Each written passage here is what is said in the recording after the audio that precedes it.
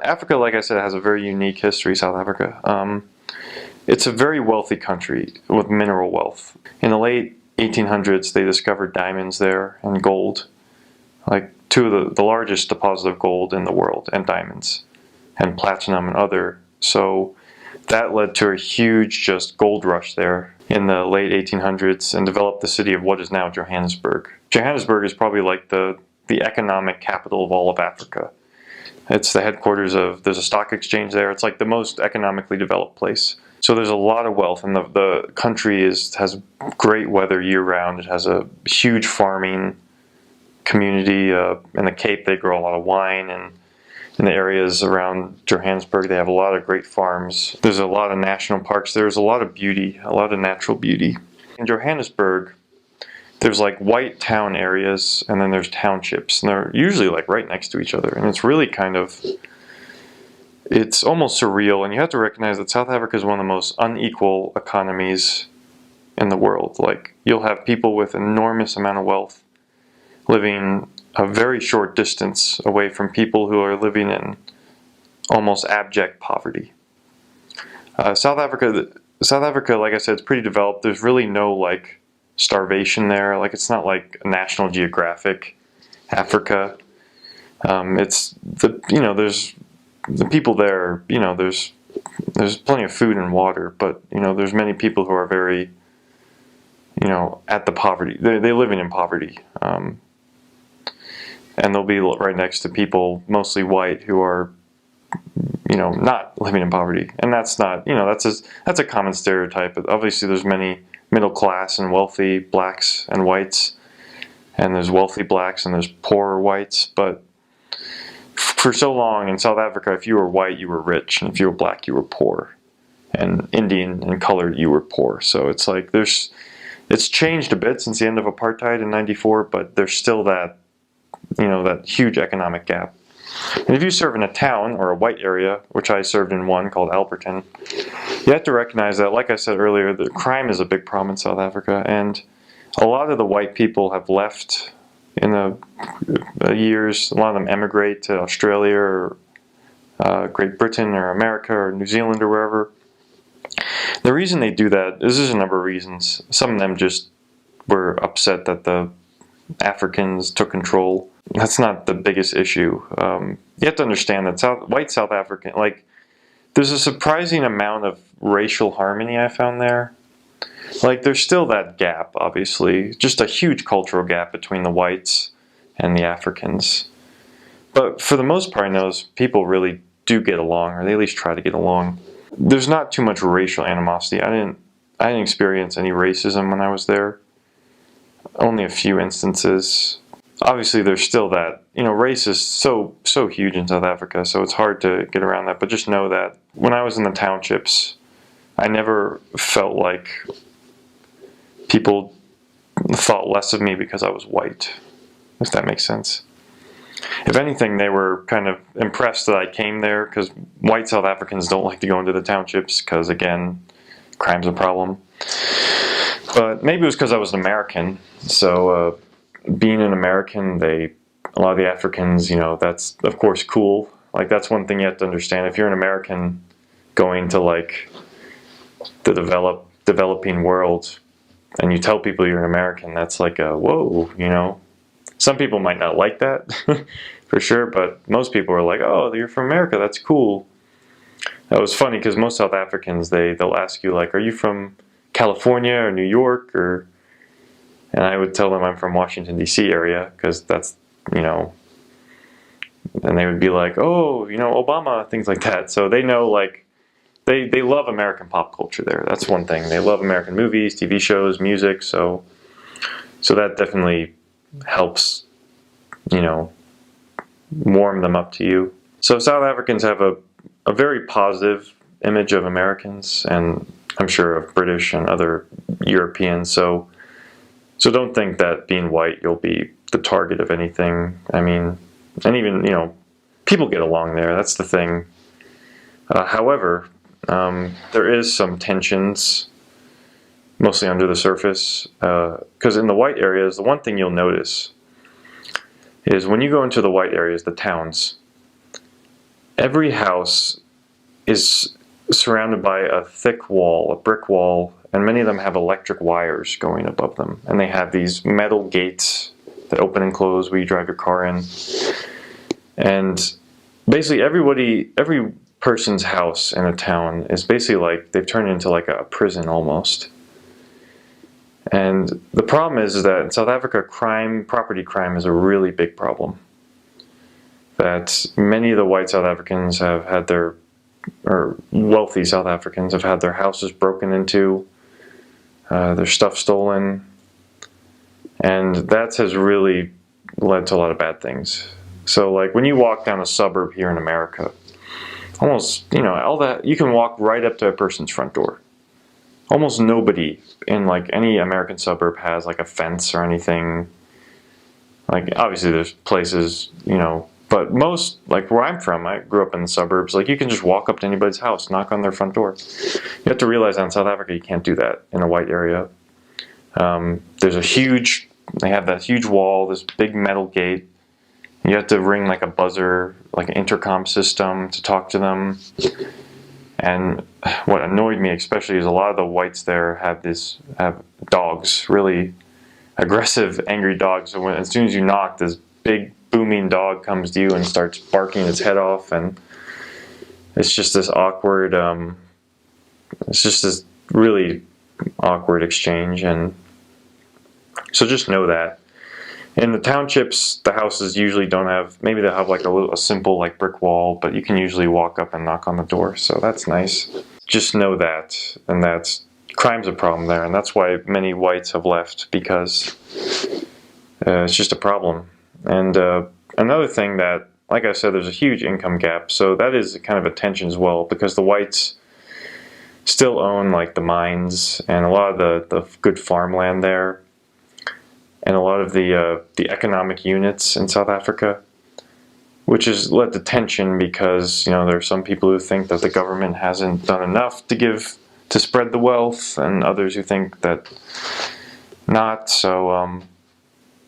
So the government does have affirmative action policies which favor blacks and over whites, and a lot of whites are upset by that, and that's why they've left. So a good thing when you're in South Africa is don't talk about politics, and don't try not to talk about racial relations. It's a sensitive issue because a lot of the blacks there, the older ones, they remember what it was like to live under apartheid, and a lot of the whites there, it's something they'd rather not talk about because it's either they're ashamed of it, or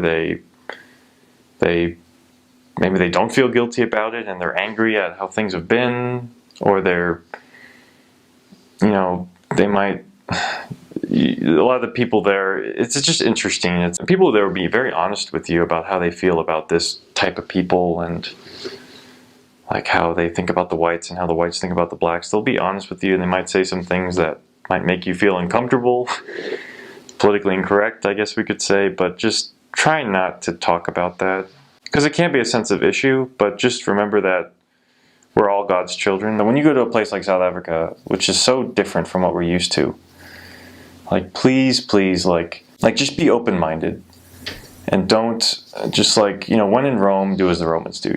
Just like when in South Africa, just embrace South African culture. A lot of South Africans were really impressed with me because I was able to tell them just basic South African facts that maybe they didn't even know, like about the history or the culture or the language or whatever. And they were like, "Whoa, how do you know this?" So, and that's a great way to just empathize, like endear people. Like the fact that you know something about their country, they appreciate that.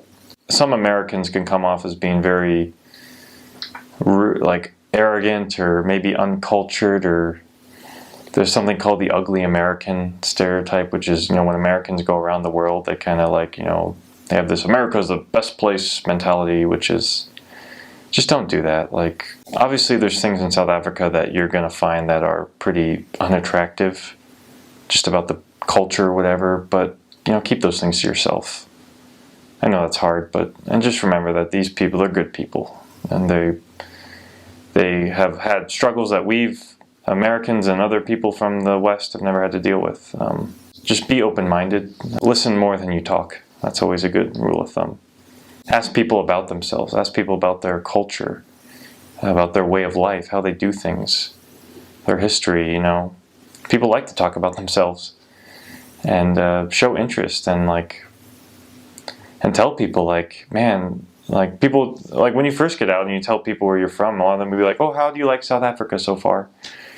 And I'm sure you could say, well, there are things I don't like about it, but obviously don't say that. Just say like, oh, I love it here. I love this about South Africa. I love this.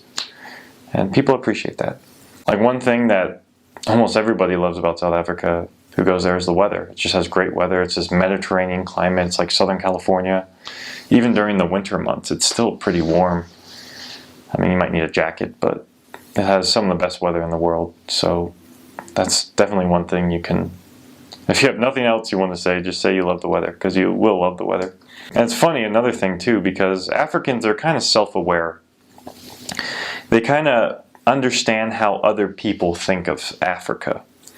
So when you come to Africa as an American, I always found it interesting. A lot of the questions people first asked you was, like a lot of the Africans, they'd be like, oh, when you found out you were going to Africa, did you think you would see lions and giraffes and elephants everywhere?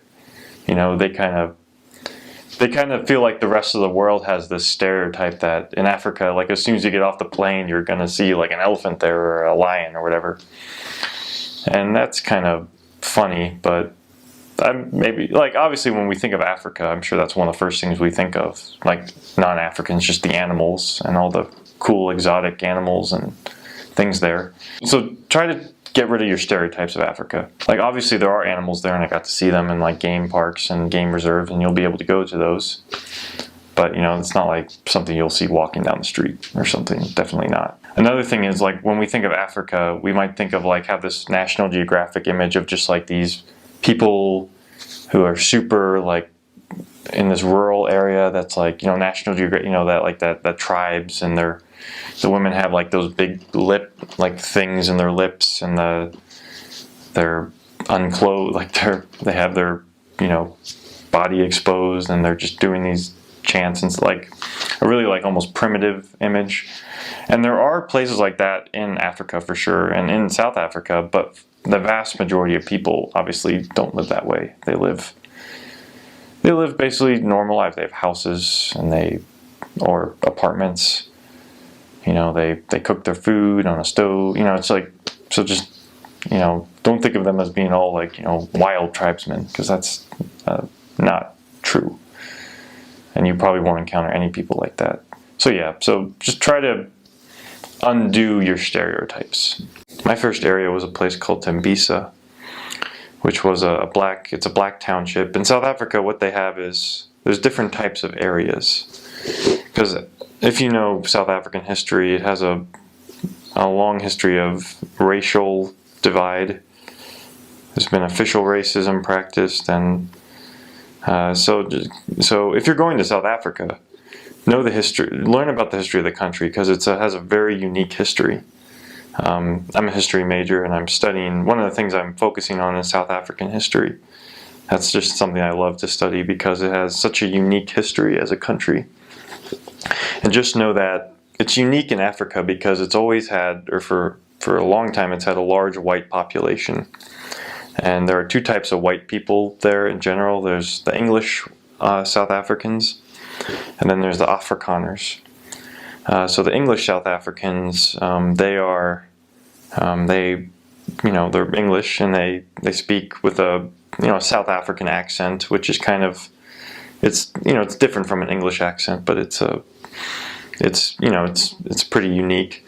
And Afrikaners, they're the descendants of the Dutch settlers who first arrived in South Africa, and they have a really, you know, like Dutch German-esque sounding accent, and they're unique as well. And then among the African people, there's many different tribes, I guess, or groups of Africans. There's Zulus and Sutus and Setswanas and Xhosas and Vendas and others. Like, there's so many different languages in South Africa, and you'll see that a lot. And then there's two other groups of people. There's Indians. back in the day, many Indians came to the Durban area in the south coast of South Africa, and many of them live down there. And then there's also the colored people, who are the descendants of when the whites first came there. They intermarried with a lot of the Africans, and so they produced this mixed race people called the coloreds. And they speak mostly Afrikaans. But the thing is that South Africa has a long history of, they had something called apartheid, where the minority white government kind of controlled the other, like had really discriminatory practices against the other people, like especially Africans, like where they could live, and really curtailed their freedom. And apartheid ended in 1994, so 21 years ago as of this recording.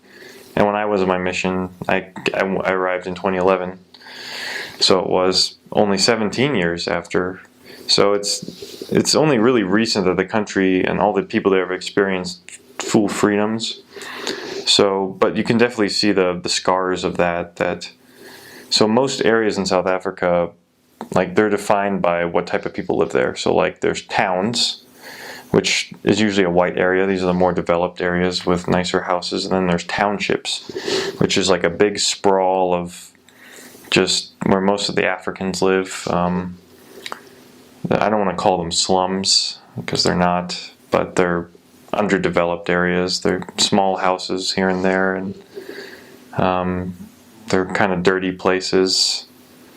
And then there's villages, which are the more rural areas, and those are more undeveloped, with small houses and little farms.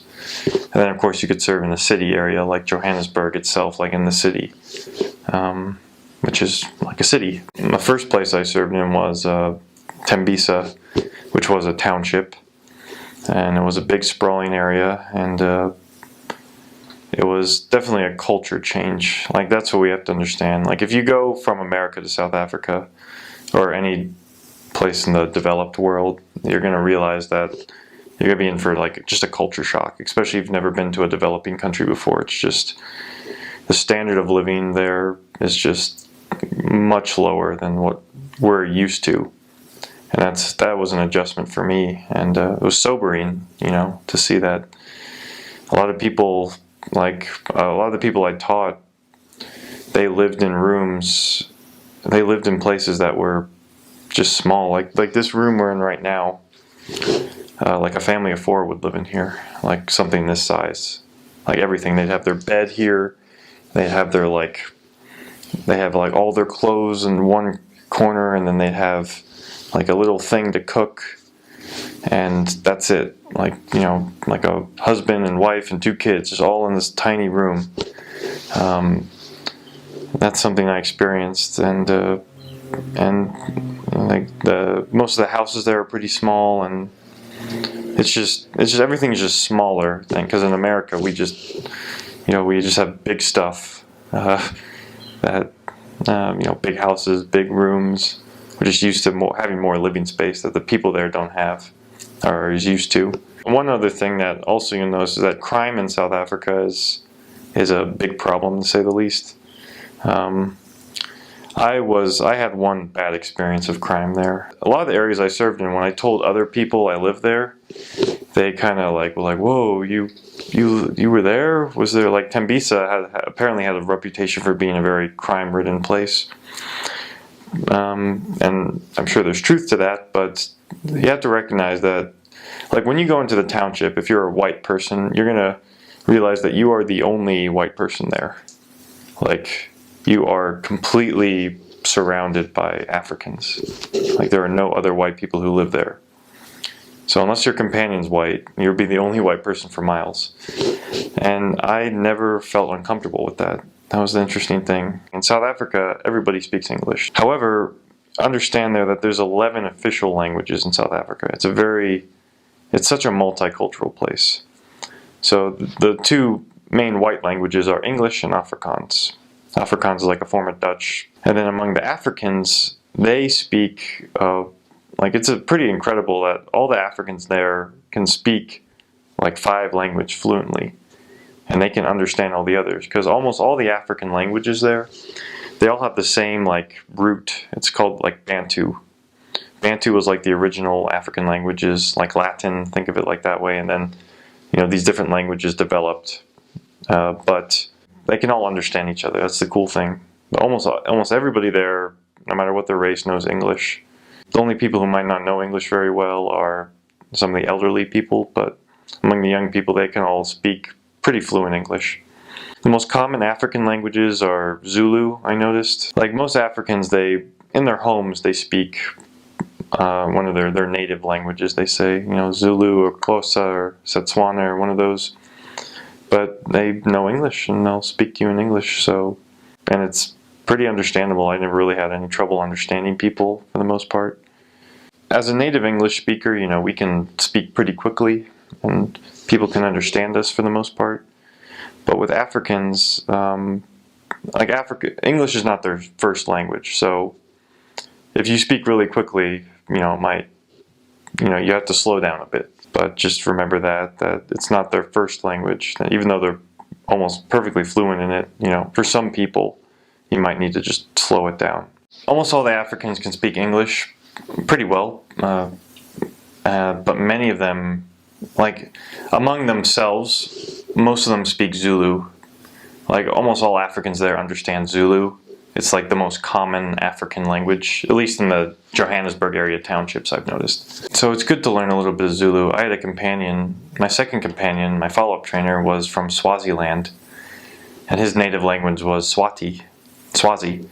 But Swazi and Zulu are very similar, so he knew Zulu as well. So just learn a few common words to greet them, and Africans always like that when white Americans try to speak their language. They think it's, I guess, cute or whatever. But so Sawubona is hello, and Kunjani is how are you. So that's something I would do, like Sawubona, Kona Kunjani, and they say Sipila, which is I'm fine, and you know, that's nice. And you could say Nikamuka, America, which is Nikamuka is I'm from, and then I'm America or wherever you're from. So, and they like that. A lot of the African languages there, they have clicks in them, which is, you know, fun to learn.